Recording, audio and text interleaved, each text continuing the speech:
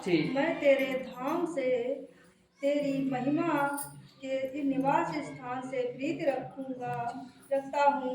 मेरे प्राण को पापियों के हाथ और मेरे जीवन को हत्यारों के साथ न मिला। सुनिए, वे एक तो बस ओछेपन बस करने एक और बात वचनकार कहता है, यहाँ पे इस प्रकार से लिखा है, हे यहोवा, मैं तेरे धाम से और तेरी महिमा के निवास स्थान से प्रीति रखता हूँ।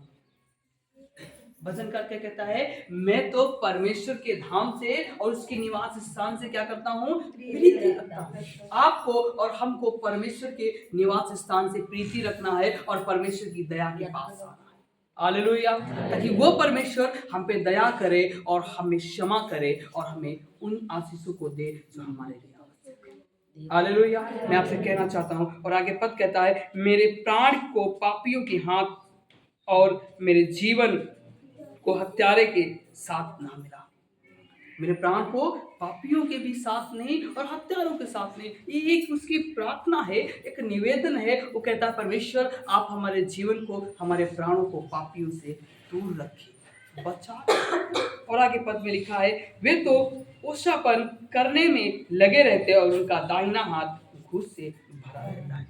वो तो हमारे और आपके प्रति बहुत ही गलत समझ रखते हैं, पर उनका उनका जो चाल चलन होता है, उनका जीवन होता है, वो गलत बातों से भरा होता है। पर जो परमेश्वर के लोग होते हैं, वो ईमानदार होते हैं, निष्ठावान होते हैं, और वो परमेश्वर की दया में, परमेश्वर की संगति में बढ़ पाते हैं और चल पाते हैं, है ना। और 11 और 12 पद पढ़ेंगे सिस्टर, क्या लिखा है? परंतु मैं तो खराई से चलता रहूंगा, तू मुझे छुड़ा ले जी, और मुझ पर अनुग्रह कर। मेरे पाँव चौरस स्थान जी, में स्थिर हैं, जी। सभाओं में मैं यहोवा को धन्य कहा करूँगा। सुनेगा, लिखा है, परंतु मैं तो खराई से चलता रहूंगा और तू मुझे छुड़ा ले और मुझ पर अनुग्रह कर। और लास्ट पद लिखा है, मेरे पांव चौरस स्थान में स्थिर हैं और सभाओं में मैं यहोवा का धन्य कहूंगा। परमेश्वर का दास एक प्रार्थना करता, विनती करता, परंतु मैं तो खराई से चलता रहूंगा। जब आप खराई से चलेंगे तो परमेश्वर आपके लिए चौरस स्थान तैयार करेगा। मैं आपको कहना चाहता हूँ, हम खराई से चल पाए, हम प्रभु को धन्यवाद दे पाए।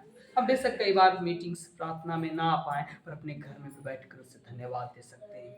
हालेलुया।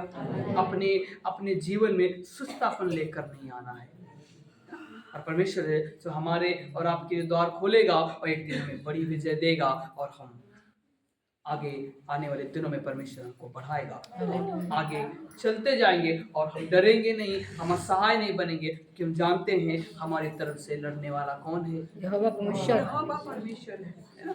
मनुष्य तो हमसे पाती बांधता है और हमसे मार्गों में चढ़ाई करता है। वचन में लिखा है, जो एक मार्ग से हम पे चढ़ाई करता है वो 7 मार्ग से भाग जाता है ना।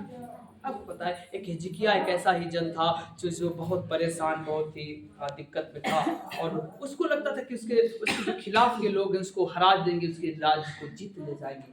वचन में लिखा है, उसने उन चिट्ठियों को परमेश्वर के सम्मुख रखा और प्रार्थना की, प्रभु आप देखिए, प्रभु आप देखिए। और वचन में लिखा है, उसी रात परमेश्वर के स्वर्गदूतों ने खिलाफत के राजा के 1,85,000 सेना को उसी रात मार दिया। आपको पता है, जो मसीह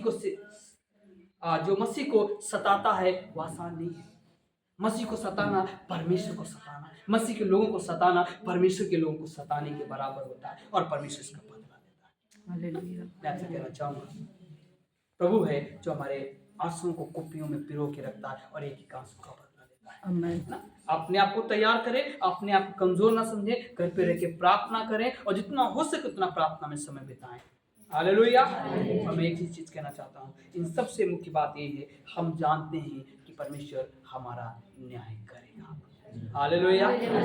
हम इतना जानते हैं कि हमारे साथ में अच्छा हो रहा नहीं हो रहा, पर परमेश्वर जब आएगा वो हमें गले लगाएगा, कि हम उसकी आज्ञा को मानते आ रहे हैं, उसकी आज्ञा के चलते हम परेशान होते हैं, पर परमेश्वर हमें गले लगाएगा और कहेगा, शाबाश मेरे बेटे और शाबाश मेरी बेटी।